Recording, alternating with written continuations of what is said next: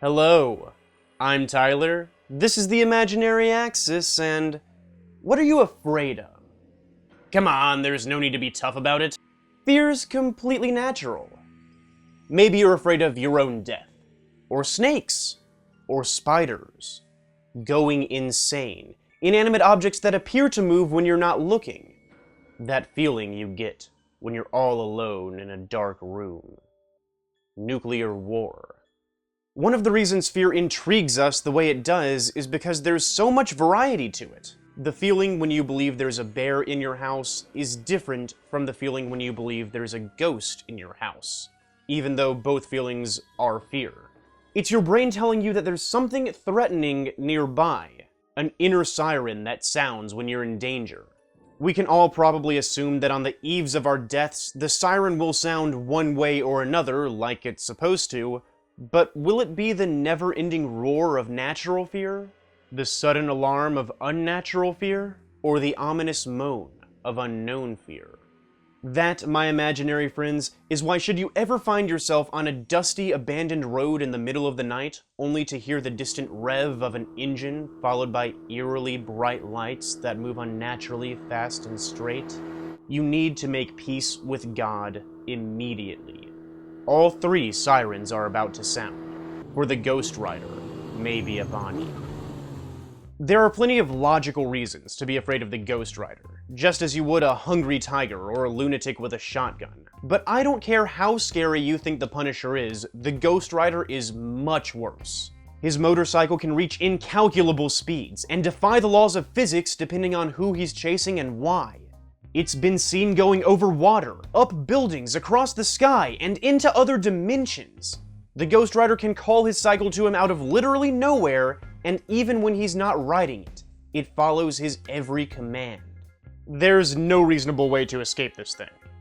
Once he's locked onto you, he's going to catch you. And that's a problem because he has super strength, metal chains that move according to his orders, and obviously the ability to summon and manipulate fire. But not just any fire, hellfire that can burn your very soul to ashes. So don't think you're getting out of this because you have a hose or a fire suit for some reason. The Ghost Rider doesn't care that you don't burn easily. Your soul does. He'll gladly fry it to a crisp and consume the leftovers greedily. This is fear of the natural. It's what happens when you're locked into a situation that you understand but have very little chance of escaping from unscathed. The whole idea is actually so primal that it's undoubtedly the shortest and easiest to comprehend. This section can basically be summed up with, hey, want a tip for fighting the Ghost Rider? Here's one, don't. But what about when you don't really know what you're up against? There's something out there, but you can't understand it. Maybe we're talking about a sudden boo! Or maybe you see something that doesn't make sense. Our friend has that covered too. The Ghost Rider is a human soul, bonded to a spirit of vengeance, and sometimes more.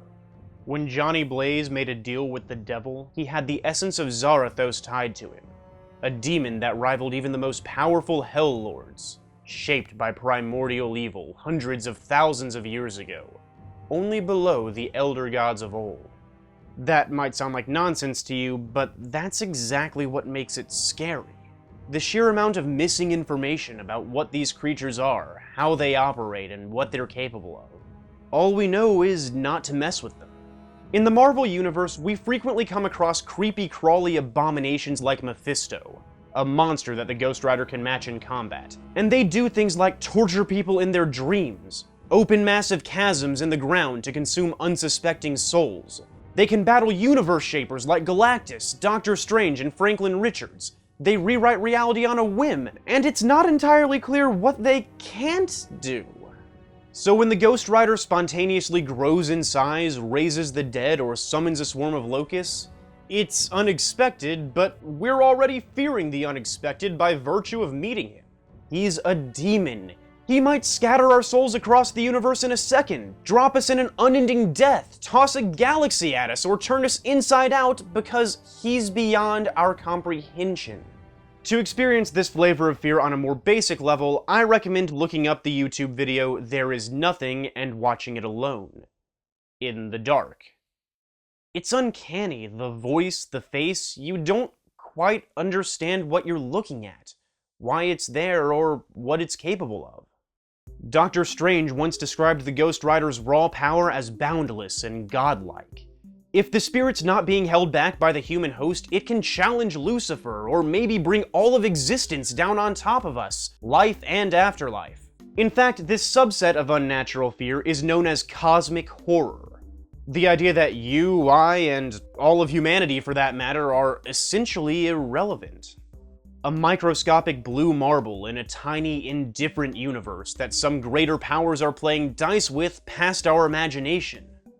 Then there's fear of the unknown.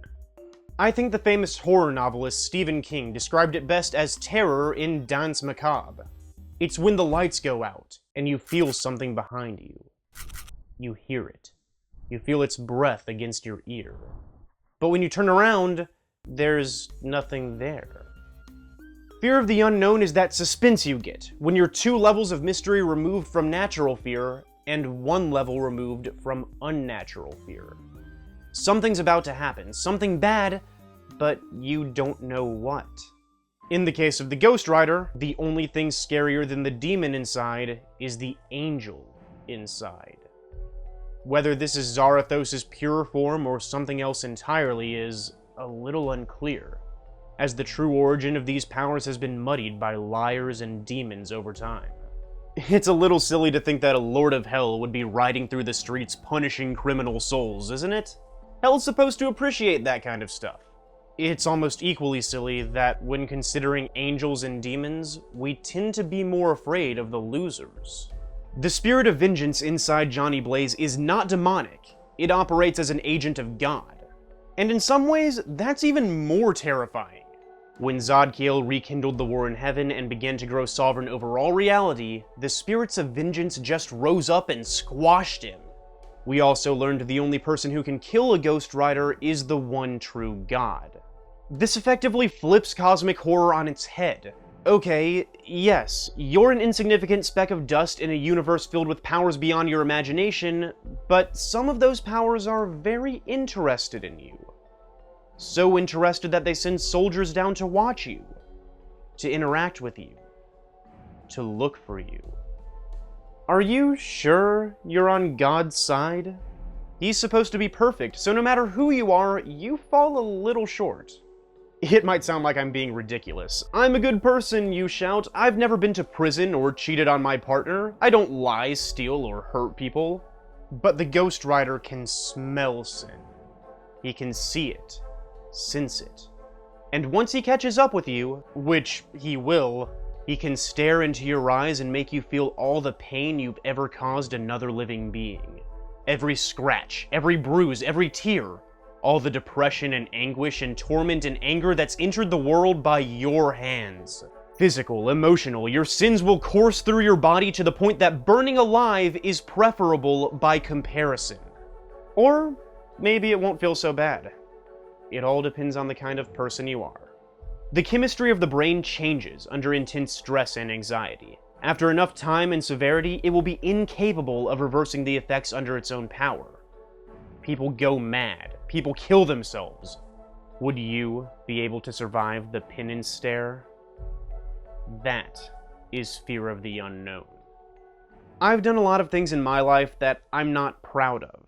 Nothing that could send me to jail, but I've hurt people who didn't deserve it.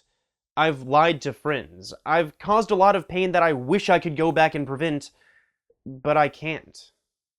Maybe another reason we're fascinated by fear is because we like to be threatened. We enjoy painting the face of evil, relish in the opportunity to create a horror so unbelievably malevolent that we look good by comparison. After all, if the Ghost Rider finds you to stare into your soul, he's not the monster, or the scariest one there. Happy Halloween, my imaginary friends. Sorry this video ended up being a little bit shorter than you're probably used to now. That was completely unintentional. The script was originally longer, but I ended up cutting a lot of stuff out because it was just kind of irrelevant. It was really interesting to take a departure from my usually upbeat, positive, optimistic endings and do something a little bit darker. And hey, if you're gonna have a dark ending, might as well do it around Halloween, am I right? Anyway, if this video was spooky enough for you, then hit that like button.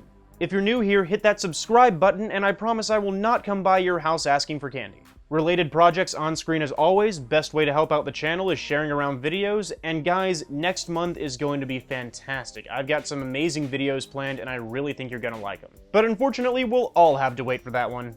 Have a fantastic Halloween, everybody.